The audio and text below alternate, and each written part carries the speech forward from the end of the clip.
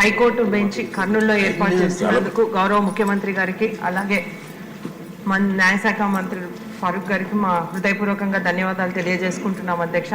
2014-19లోనే అధ్యక్ష తెలుగుదేశం ప్రభుత్వం అధికారంలో ఉన్నప్పుడే రాయలసీమ ప్రాంతానికి హైకోర్టు బెంచ్ అలాగే రాయలసీమ ప్రజలకు సత్వర న్యాయ సేవలు అందించే విధంగా చర్యలు తీసుకుంటామని మన గౌరవ ముఖ్యమంత్రి నారా చంద్రబాబు నాయుడు గారు హామీ ఇవ్వడం జరిగింది అధ్యక్ష.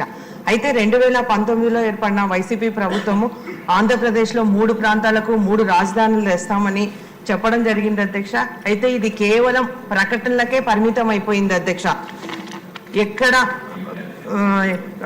ఒక్క ఇటుక కూడా పేల్చలేదు అధ్యక్ష. వాళ్ళు ప్రజల అవసరాల కోసం ఏర్పాటు చేసిన ప్రజావేదిక కూల్చడంతోనే వాళ్ళ పాలన ప్రారంభమైంది అధ్యక్ష. ఆంధ్రప్రదేశ్ రాష్ట్రము రివర్స్ టెండరింగ్తో అలాగే అధ్యక్ష ఈయన ప్రభుత్వంలో అభివృద్ధి అనేది లేదు అధ్యక్ష. ఎంతసేపు ఉన్నా కానీ మనం కట్టిన వాటికి నిబంధనలకు విరుద్ధంగా రంగులు వేయడము అలాగే రంగురంగుల ప్రకటనలు ఇవ్వడం అధ్యక్ష పేపర్లకు, అలాగే దోపిడీ దౌర్జన్యాలు అరాచకాలు కబ్జాలతోనే సరిపోయింది అధ్యక్ష వాళ్ళ పాలన అంతా. దానివల్ల మన రాష్ట్ర ప్రజలంతా గత 5 ఏళ్లలో రాక్షస పాలనతో సైకో పాలనతో విసిగి వేసారిపోయారు అధ్యక్ష. దానికోసమే మన కూటమి ప్రభుత్వాన్ని అత్యధిక మెజార్టీతో గెలిపించడం జరిగింది అధ్యక్ష. అందుకే మన ప్రభుత్వం ఏర్పడిన వెంటనే మన గౌరవ ముఖ్యమంత్రి గారు అభివృద్ధి సంక్షేమం 2 కళ్ళుగా భావించి మన రాష్ట్రాన్ని ముందుకు తీసుకుపోతున్నారు అధ్యక్ష. దానిలో భాగంగానే మా రాయలసీమ ప్రాంతానికి కూడా ఎన్నో పరిశ్రమలు తీసుకొని వస్తున్నారు అధ్యక్ష. దీనిలో భాగంగానే ఈరోజు కర్నూలు పట్టణానికి బెంచ్ ఏర్పాటు చేసినందుకు కేబినెట్ లో తీర్మానం చేయడం కూడా జరిగింది అధ్యక్ష.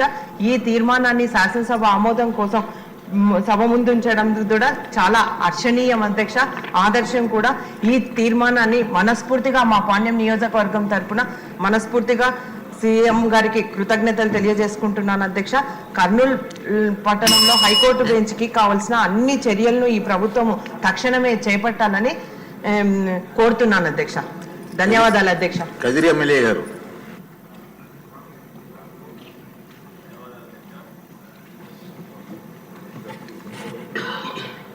రాయలసీమ ప్రాంతంలో ఎన్నో ఏళ్లుగా నిరీక్షిస్తున్నటువంటి ఈ కార్యక్రమాన్ని ఈరోజు సభ ముందుకు తీసుకొచ్చినందుకు గాను